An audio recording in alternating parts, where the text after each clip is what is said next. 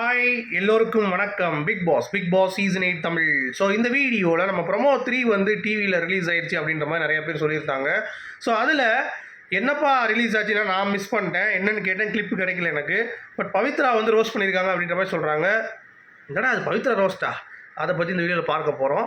So வீடியோவில் போகிறதுக்கு முன்னாடி நம்ம சேனலுக்கு நீங்கள் புதுசாக இருந்தீங்கன்னா கண்டிப்பாக சப்ஸ்கிரைப் பண்ணிக்கோங்க, வீடியோ மறக்காமல் ஒரு லைக் பண்ணிக்கோங்க. இப்போ நம்ம வீடியோக்குள்ளே போகலாம். ஸோ பிக் பாஸ் 8 தமிழுக்கான 3வது ப்ரொமோ பவித்ரா அவர்களுடைய ரோஸ்ட் அப்படிங்கிறது இந்த டால் டாஸ்கில் அவங்க வந்து உள்ள பொம்மையை போய் வைக்காமல் ஒரு ஸ்ட்ராட்டஜிக்கலாக ஒரு கேம் ஆடினாங்கல்ல.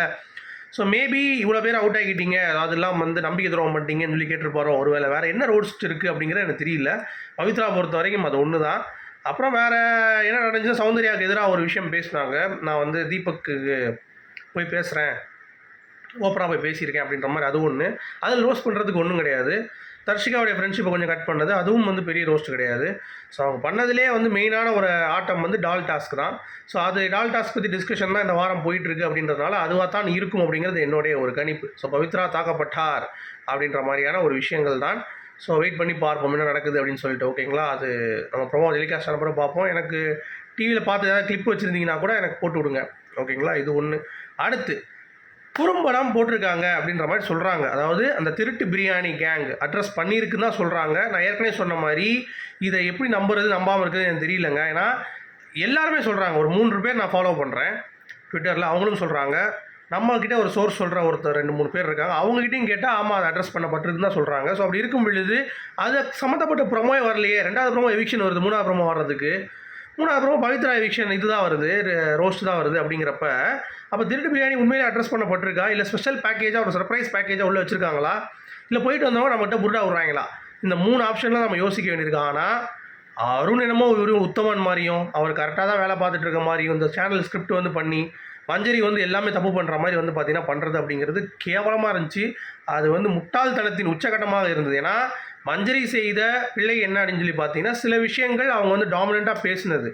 பட் அவங்க எதிராக அவங்க ஏறி வந்தாங்க தெரியுமா, தீபக், அருண் அப்படி எல்லாம் சுற்றி வந்தாங்களா, அதெல்லாம் வந்து தவறு. அப்படிங்கிறத என்ன ஒரு பொண்ணுக்கு எதிராக இவ்வளோ பேர் சுற்றி வரீங்க, ஏன் வந்து ஒரு பார்ஜிங் மாதிரி பண்ணுறீங்க அப்படின்றதை கண்டிப்பாக விஜய் சேதுபதி அவர்கள் கேள்வி கேட்டிருக்க வேண்டும்.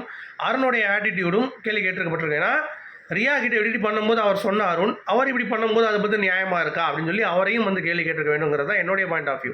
அது மட்டும் இல்லாமல் பெரிய உத்தமன் மாதிரி பேசினார்ல, நான் வந்து சோரை வந்து இது பண்ணுவேன், நான் அது பண்ணுவேன், நான் வந்து பயங்கரமான ஒரு ஆட்டத்தை ஆடிட்டுருக்கேன், நான் வந்து யார் தக்காளி சட்னியை நக்கினா கூட அழுவு வந்துருச்சு எனக்கு, அந்த தக்காளி சட்னி எல்லாத்துக்கும் சமமே அப்படின்னு சொல்லிட்டு.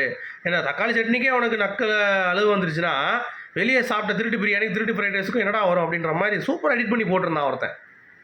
அந்த குறும்படத்தை நான் பார்த்தேன் ஆக்சுவலாக. என்னென்னா இந்த சைடு இவன் பேசுகிற மாதிரியும் அந்த சைடு வந்து அவங்க குறும்படத்தையும் போட்டு காட்டி ஒவ்வொருத்தரையாக வந்து தாலி எடுத்துட்டு இருந்தானுங்க. ஸோ அப்படி இருக்கும் பொழுது ஏன் இந்த ஒரு பித்தலாட்டம், அருணை சேவ் பண்ணுறதுக்கு என்ன பண்ணிகிட்டு இருக்கீங்க? அப்போ இதையும் வந்து போடல அப்படின்னா கண்டிப்பாக வந்து பார்த்தீங்கன்னா நீங்கள் சேவ் பண்ணுறீங்களா இல்லையா அப்படிங்கிற ஒரு விஷயம் இருக்கா இல்லையா? இப்போ அருணை அழகாக காப்பாற்றுறீங்க அப்படிங்கிறது தான் எனக்கு தோணுது. அது மட்டும் இல்லாமல் அருண் மட்டும் கிடையாதுங்க, தர்ஷிகா, ஆனந்தி எல்லாமே வந்து அப்படியே மஞ்சரியை போய் நீங்கள் பண்ணுறதுலாம் கரெக்டு தான், ஆனாலும் இங்கே வந்து நீங்கள் உங்களை வந்து கேள்வி கேட்குறாங்க, எல்லாம் அட்டாக் பண்ணுறாங்க, எல்லாம் வந்து பார்த்தீங்கன்னா டார்கெட் பண்ணுறாங்க அப்படிங்கிறது புரியுதுன்னு சொல்லிட்டு எங்கே இந்த திருட விஷயத்த முத்துக்கிட்ட வந்து சொன்னதை மஞ்சரி தர்ஷிகா சொன்னதை எங்கேயாவது ஓப்பன் அப் பண்ணிட்டாங்கன்னா பிரச்சனை ஆயிரும்னு சொல்லிட்டு அவங்கள அப்படி பேம்பர் பண்ணிகிட்டு இருந்தாங்க. ஸோ எல்லாத்துக்கும் செருப்படியாக விஜய் சேதுபதி அவர்கள், இப்போ பேரே வர மாட்டேது பாரு அவர் பேர், அவர்கள் இந்த குறும்படம் போட்டுட்டு அருணை கிழித்திருக்கிறார், அந்த திருட்டு பிரியாணி கேங்குக்கு ரோஸ்ட் இருக்குங்கிறத சொல்கிறாங்க. அதை நானும் நம்புகிறேன். நம்பி கண்டிப்பாக அது நடக்கும் அப்படின்றதையும் நான் வந்து யோசிக்கிறேன். ஏன்னா அதுதான் வந்து பாயிண்ட்டு. கண்டிப்பாக அதை வந்து அட்ரஸ் பண்ணியிருக்கணும் அப்படிங்கிறது என்னுடைய தாழ்மையான கருத்து. அது இருக்கணும். ஏன்னா ஒருத்தன் உணவை எடுத்து 9 பேர் சாப்பிட்றது அப்படிங்கிறது அவங்க எல்லாத்துக்குமான அது உணவு. அது கண்டிப்பாக ஒரு மிகப்பெரிய ஒரு வயலேஷன். ஏன்னா கமல் சார் வந்து ஒரு ஜனனி வந்து பதுக்கி வச்சு சாப்பிட்டதை வந்து அட்ரஸ் பண்ணி விட்டார் பார்த்தீங்களா, அந்த மாதிரி விஜய் சேதுபதி பண்ணுவார் அப்படின்ற ஒரு நம்பிக்கை இருக்குது. பார்ப்போம். உங்களுடைய கருத்துக்கு சொல்லுங்கள். மீண்டும் சந்திப்போம். Good bye.